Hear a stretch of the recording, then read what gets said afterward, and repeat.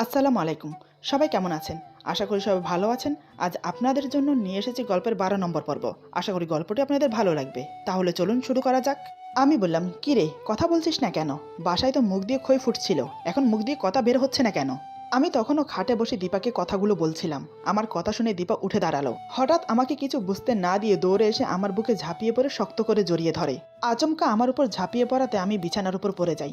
দীপা আমার উপর শুয়ে আমাকে শক্ত করে জড়িয়ে আছে। সে চিৎকার দিয়ে কান্না করছে। এত জোরে চিৎকার দিচ্ছে যে আমার কান ফেটে যাচ্ছে। আমি ওকে জড়িয়ে না ধরার বদলে দু হাতে কান চেপে ধরে রাখি। তার চেয়ে বড় কথা, ওর কাণ্ড দেখে আমি হতভ্রম হয়ে পড়ি। অবাক হয়ে ওর মুখের দিকে তাকিয়ে আছি। মনে মনে ভাবছি, কি রে বাবা, এ আবার কেমন ধরনের কান্না? এত জোরে কেউ কান্না করে?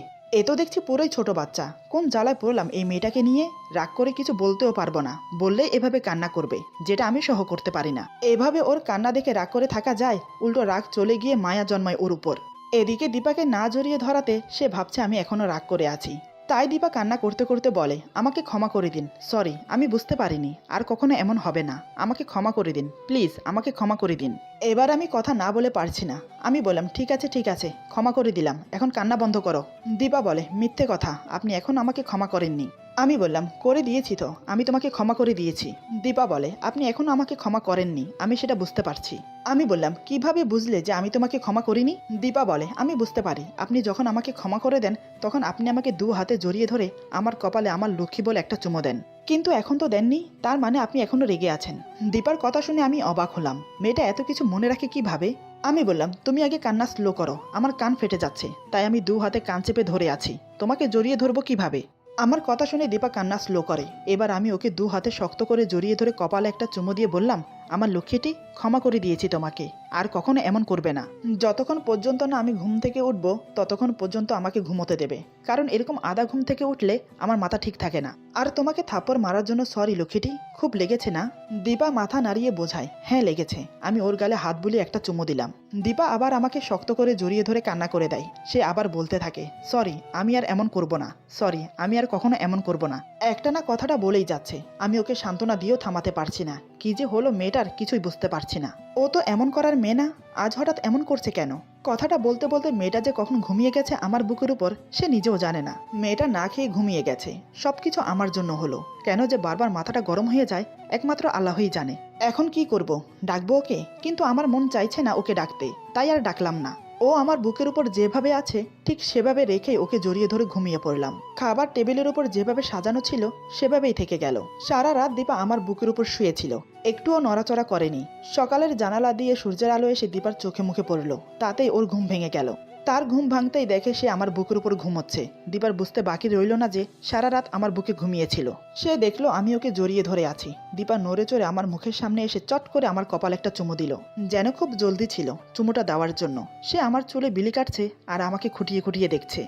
ওর যেন স্বাদ মিটছে না আমাকে দেখে। দীপা মনে মনে বলে, "বাহ, আমার বরটা তো খুবই সুন্দর, খুবই স্মার্ট, এই লোকটার প্রেমে তো যে কেউ পড়বে।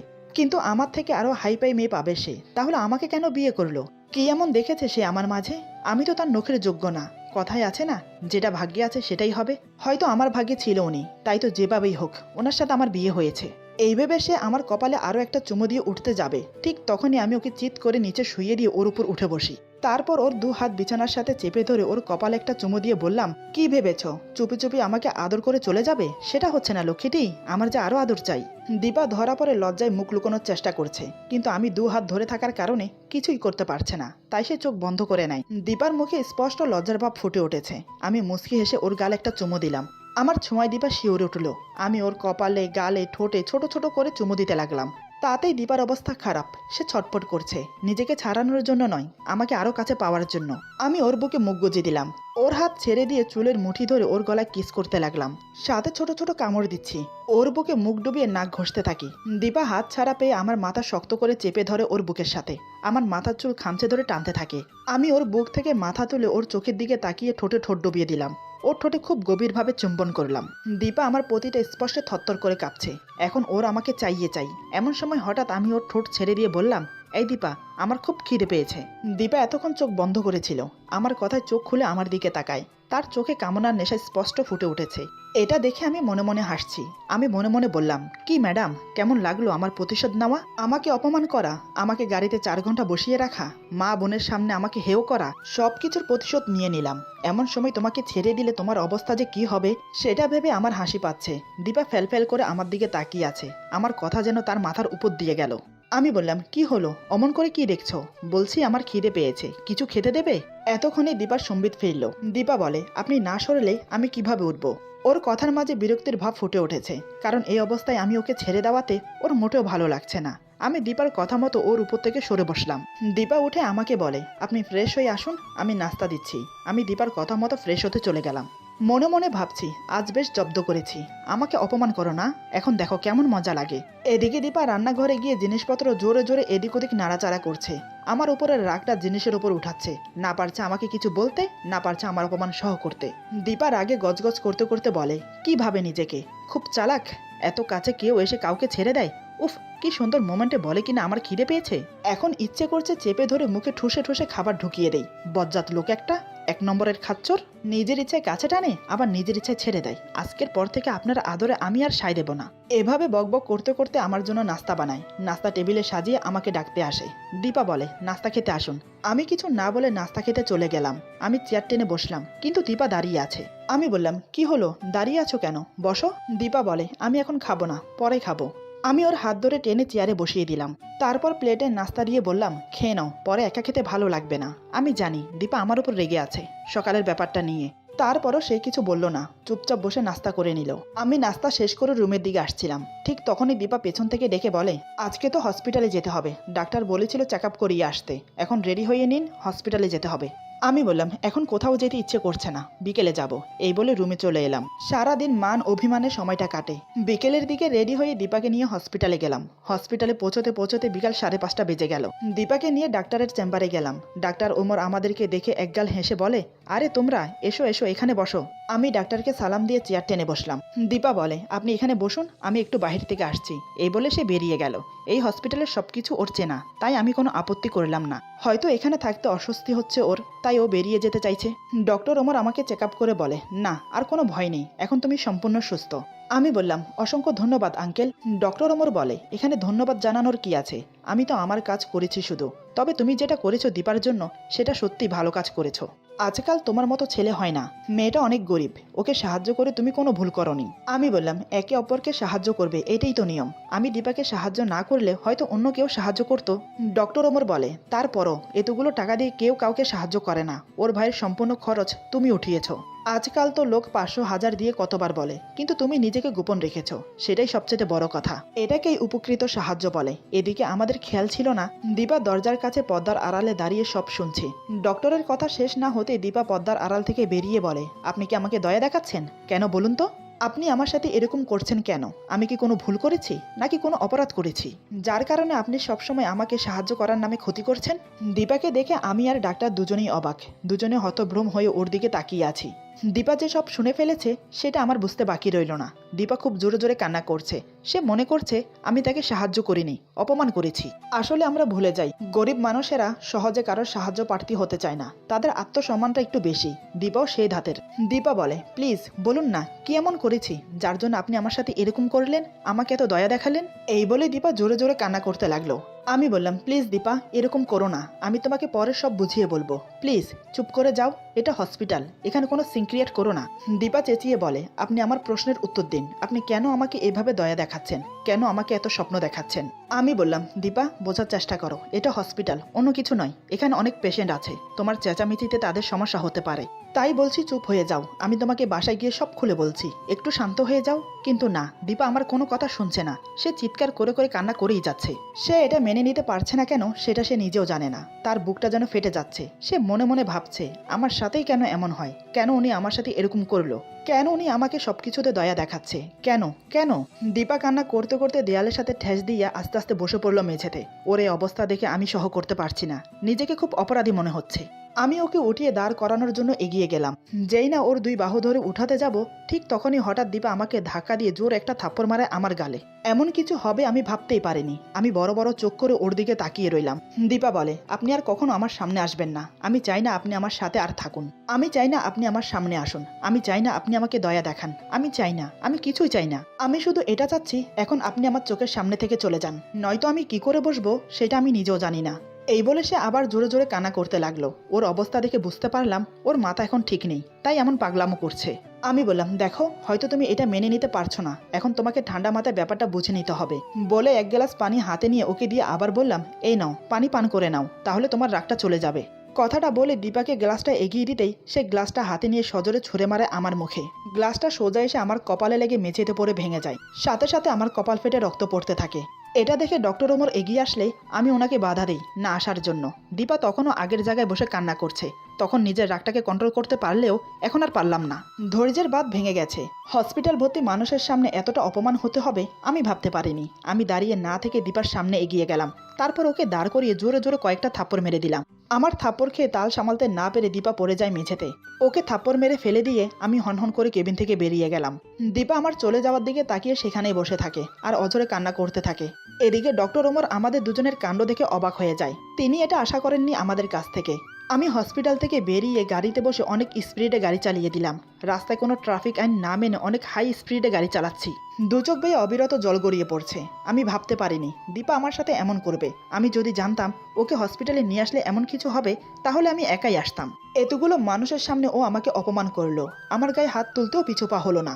আমি ওকে সাহায্য করার পেছনে কোনো খারাপ উদ্দেশ্য ছিল না, সেটা কি সে বোঝে না? আমি যা করেছি ওর জন্য ওকে ভালোবেসে করেছি।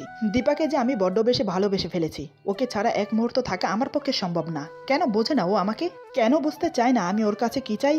এসব নানান কথা ভাবছি আর অনেক স্পিডে গাড়ি চালাচ্ছি। হাতের উল্টো পিঠ দিয়ে চোখের পানি মুছছি অবিরত। গাড়ি যে কোনো সময় অ্যাক্সিডেন্ট হতে পারে, সেদিকে আমার কোনো হুঁশ নেই। হঠাৎ আমি গাড়ির লুকিং গ্লাসে দেখলাম একটা গাড়ি অনেকক্ষণ থেকে আমাকে ফলো করছে। সে বিষয়ে আমি কিছুই জানতাম না। আজ কি ঘটতে চলেছে আমার সাথে? গাড়িটা খুব স্পিডে চলছে, যে কোনো সময় আমাকে ওভারটেক করবে। অনেকক্ষণ পর গাড়িটা আমার গাড়িকে ক্রস করে আমার গাড়ির সামনে এসে দাঁড়ালো, যার ফলে আমি অনেক দ্রুত ব্রেক করতে গিয়ে মাথায় বাড়ি লাগে আর সাথে সাথে গাড়িটা উল্টে যায়। আমার তেমন চোট লাগেনি। তবে সামনে দাঁড়িয়ে থাকা গাড়ি থেকে সেদিনের মেয়ে দুটি নেমে এলো, যে মেয়েদেরকে আমি হসপিটালের সামনে থাপ্পড় মেরেছিলাম। মেয়ে দুটির সাথে আরো কয়েকজন ছেলে আছে। ছেলেগুলির হাতে হকি স্টিক, কারো হাতে ছুরি, আবার কারো হাতে পিস্তলও আছে। এদিকে ছেলে মেয়েগুলো আমার সামনে এসে দাঁড়ায়। একম মেয়ে বলে, কিরে কুত্তার বাচ্চা, সেদিন তো অনেক বকবক করলি, সেদিন তোকে পুঁতে ফেলতে পারতাম, কিন্তু তখন মজা পেতাম না। এখন তোকে ইচ্ছে মতো মারবো, অনেক মজা করব তোকে মেরে। দ্বিতীয় মেয়ে বলে, তুই জানিস কাদের গায়ে হাত তুলেছিলি? তোর ভাগ্য ভালো ছিল সেদিন, আমাদের মোট ছিল না তোকে মারার। কিন্তু আজকে কেন জানি তোকে দেখে মোট জেগে উঠলো। অনেক আফসোস হচ্ছে জানিস, কারণ আমি এই প্রথম আমার কোনো ক্রাশকে মেরে ফেলতে যাচ্ছি। বলে সবাই হো হো করে হাসতে লাগলো। এদিকে আমি মনে মনে ভাবছি, আজকে আমার শেষ দিন। আমি হয়তো আর কোনোদিন দীপার ওই মুখটা দেখতে পাবো না। আমার ভাগ্যে মনে হয় এটাই ছিল। আমার জীবনটা বড়ই অদ্ভুত। যাকে এত ভালোবাসলাম সে আমার মনটা বুঝতে পারলো না। আমার কপালটা অনেক খারাপ আজকে, তাই আমাকে পৃথিবী থেকে বিদায় নিতে হচ্ছে। এদিকে ছেলে মেয়েগুলো আমাকে গাড়ি থেকে টেনে হিঁচড়ে বের করলো, তারপর হকি স্টিক দিয়ে মারা শুরু করলো। এদিকে মেয়ে দুটো ভিডিও করছে আর মজা নিচ্ছে। আমার চিৎকার কারো কানে যাচ্ছে না। আমি অনেক জোরে জোরে চিৎকার করছি আর চোখ দিয়ে অনর্গল পানি গড়িয়ে পড়ছে। কিন্তু ছেলেগুলোর মন পাষাণ, একটু দয়া মায়া হলো না। ওর আমাকে ইচ্ছে মতো পিটাতে লাগলো। আমার এখন মরা মরা অবস্থা। এদিকে অজরধারে বৃষ্টি নেমেছে। বৃষ্টির পানিতে আমার রক্ত মিশে একাকার হয়ে যাচ্ছে। একম মেয়ে পিস্তল বের করে আমার দিকে তাক করে মারার জন্য। দ্বিতীয় মেয়ে বলে, ওকে ছেড়ে দে, জানে মারার কোনো প্রয়োজন নেই, পরে না হলে পুলিশ কেস হবে। শুধু শুধু ঝামেলা বাড়িয়ে কি লাভ, এমনি মরা মরা অবস্থা, এখানে পড়ে থাকলে যে কোনো সময় মারা যাবে, চল চলে যাই। এরপর ওরা আমাকে আরো কয়েকটা লাথি মেরে চলে গেল। এদিকে আমি রক্তাক্ত অবস্থায় পড়ে আছি রাস্তায়। নড়াচড়া করার মতো কোনো ক্ষমতা আমার নেই। বারবার চোখের উপর মা, বাবা, ছোট বোন আর দীপার মুখটা ভাসছে। ওদেরকে মনে হয় শেষ দেখা দেখতে পারবো না। দু চোখ বুজে আসছে আমার। অনেক চেষ্টা করছি খোলা রাখতে, কিন্তু পারছি না। পুরো শরীর অসাড় হয়ে আসছে। ধীরে ধীরে দম যেন ফুরিয়ে আসছে আমার। চোখ বন্ধ করার আগ মুহূর্তে দূরে ছোট ছোট দুটো আলো দেখতে পেলাম। মনে হচ্ছে একটা গাড়ি এদিকেই আসছে। আর পারলাম না কিছু দেখতে। দু চোখ বন্ধ হয়ে এলো আমার। ওইদিকে দীপা কান্না করতে করতে ওখানেই অজ্ঞান হয়ে পড়ে আছে। নার্স এসে দীপাকে ওই অবস্থায় দেখে জোরে চিৎকার করে ওঠে। নার্সের চিৎকার শুনে আরো কয়েকজন ডাক্তার সহ নার্স কেবিনে প্রবেশ করে। সবাই দীপাকে ওই অবস্থায় দেখে তাড়াহুড়ো করে দীপাকে কেবিনে শিফট করলো এবং দ্রুত চিকিৎসা শুরু করলো। বেশ কিছুক্ষণ হয়ে গেল কিন্তু দীপার জ্ঞান ফিরছে না। ডাক্তার এবং নার্স অবাক, এটা কিভাবে সম্ভব। ডক্টর ওমর দীপাকে চেক আপ করে বলে, রোগীর শরীর তো একদম দুর্বল, এত দুর্বল যে ওকে এখন কোনো ধরনের মেডিসিন প্রয়োগ করা যাবে না। নার্স বলে, তাহলে তো খুব বিপদ আছে, কখন যে নিঃশ্বাসটা বন্ধ হয়ে যায় বুঝতে পারছি না, এখন কি করব স্যার। ডক্টর ওমর বলে, এখন আর আমাদের হাতে কিছু করার নেই, এখন সব উপরওয়ালার হাতে। যদি ওর হায়াত থাকে তো ও বেঁচে যাবে, আর যদি হায়াত না থাকে তাহলে আমাদের কিছু করার নেই। নার্স বলে, এই রোগীর ভাই আমাদের এখানে ভর্তি ছিল অনেকদিন যাবত, তার মাও এই হসপিটালে ছিল, অনেক ভালো মানুষ ওনার মা, আমি কি তাদের খবরটা দেব।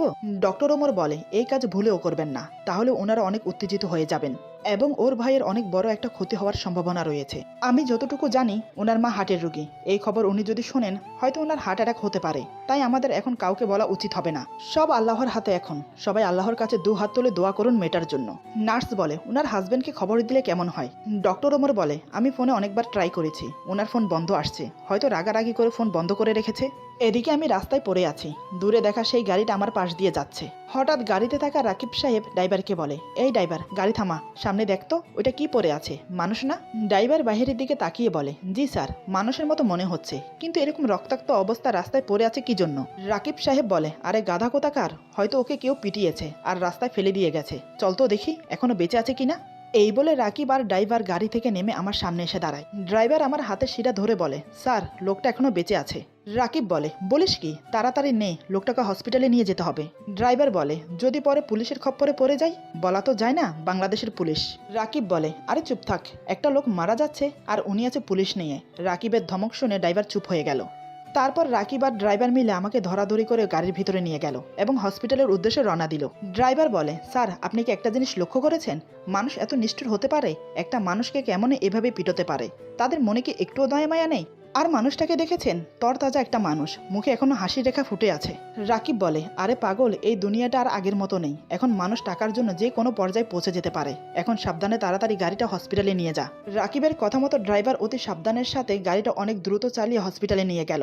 হসপিটালে গিয়ে রাকিব কয়েকজন নার্সকে ডেকে আমাকে কেবিনে শিফট করতে বলল। নার্সরা আমার এই অবস্থা দেখে অনেকটা অবাক হয়ে তাকিয়ে আছে, তারা কখনো এরকম পেশেন্ট দেখেনি। একজন নার্স ওই হসপিটালের সবথেকে অভিজ্ঞ ডাক্তারকে তাড়াতাড়ি ডেকে আনলেন। ডক্টর এসে আমাকে দেখে অনেকটা আপসেট হয়ে পড়েন, তিনি ভেবে পাচ্ছেন না পেশেন্টকে বাঁচাতে পারবেন কিনা। ডাক্তার বলে, নার্স, রোগীকে তাড়াতাড়ি আইসিইউতে নিয়ে যাও, খুব তাড়াতাড়ি অপারেশন করতে হবে, নয়তো ওনাকে আর বাঁচানো সম্ভব হবে না, বাকিটা আল্লাহর ইচ্ছে, আমার যতটুকু কর্তব্য আমি করে যাব। তারপর আমাকে খুব দ্রুত আইসিইউতে নেওয়া হলো। কেউ শিওর হতে পারছে না যে আমি বাঁচব, সবার মনে ভয় কাজ করছে আমাকে নিয়ে। সবাই বলছে তাদের নিজেদের সর্বোচ্চ দিয়ে চেষ্টা করবে, বাকিটা মহান আল্লাহ তাআলার হাতে। এদিকে রাকিব আর ড্রাইভার অনেক চিন্তিত হয়ে আইসিইউর বাইরে অপেক্ষা করছে, দুজনেই পাইচারি করছে টেনশন কমানোর জন্য, কিন্তু টেনশন কমছে না, কারণ তাদের চোখের সামনে জলজ্যান্ত একটা মানুষ লাশ হয়ে যাবে, সেটা কখনোই মেনে নিতে পারছেন না রাকিব চৌধুরী। ড্রাইভার বলে, স্যার, আমার এই প্রথম অন্য কারোর জন্য চোখ থেকে পানি পড়ছে। রাকিব বলে, জানিস, আমি কখনো এরকম কিছুর মুখোমুখি হইনি, আজকে প্রথম হলাম। আমার ইচ্ছে করছে আমি অনেক জোরে জোরে কান্না করে নিজের মনটাকে হালকা করি, কিন্তু সেটাও করতে পারছি না, কারণ পুরুষ মানুষকে কান্না করতে নেই। তারপরও আমার জন্য তাদের চোখে পানি। ওইদিকে দীপাকে 2 হাতে 2টো স্যালাইন লাগানো হয়েছে। দুজন নার্স দীপার কেবিনে বসে আছে, কখন কি হয় সেটা ডাক্তারকে জানানোর জন্য। নার্সদের চোখে পানি, কারণ দীপাকে তারা অনেক কষ্ট করতে দেখেছে। তার ভাই যখন এই হসপিটালে ছিল তখন তার মায়াবী চেহারা দেখে তাদের চোখের পানি বাঁধ মানছে না। একম নার্স বলে, জানো, আমি এই প্রথম কোনো পেশেন্টের জন্য কান্না করছি, কিন্তু কেন কান্না করছি সেটা আমি নিজেও জানি না। দ্বিতীয় নার্স বলে, একটা মেয়ে এতটা দুর্বল কিভাবে হতে পারে, আমি এটাই চিন্তা করছি তখন থেকে। নিশ্চয়ই সেদিন ব্লাড দেওয়ার কারণে এমনটা হয়েছে, সে তার স্বামীকে নিজের শরীরের রক্ত দিয়েছে জোরপূর্বক, কারণ ডাক্তার জানতো এর শরীর থেকে রক্ত নেওয়া যাবে না। একম নার্স বলে, আমিও ওই কথাটা ভাবছি, একটা মেয়ে এতটা দুর্বল কিভাবে হতে পারে। আমার জানা মতে হয়তো মেয়েটা অনেক টেনশন করে, খাওয়া দাওয়া ঠিকমতো করে না, আর মানসিক চাপে আছে, যার ফলে এমনটা হয়েছে, না হলে এমনটা কখনো হতো না। নার্স দুজন নানান বিষয় কথা বলা বলি করতে লাগলো এবং আল্লাহর কাছে দোয়া করতে লাগলো দীপার জন্য, যেন দীপার জ্ঞান ফিরে আসে, সে যেন সুস্থ হয়ে বাড়ি ফিরতে পারে। এভাবে সারা রাত কেটে গেল, দীপার কোনো জ্ঞান ফিরে না, তাতে সবার টেনশন বেড়ে গেল, কি হবে, মেয়েটা বাঁচবে তো। পুরো হাসপাতাল জুড়ে দীপাকে নিয়ে চর্চা হচ্ছে। ডক্টর ওমর টেনশনে পড়ে গেল দীপার এই অবস্থা দেখে। হঠাৎ দীপার কেবিন থেকে নার্সের চিৎকার ভেসে আসলো।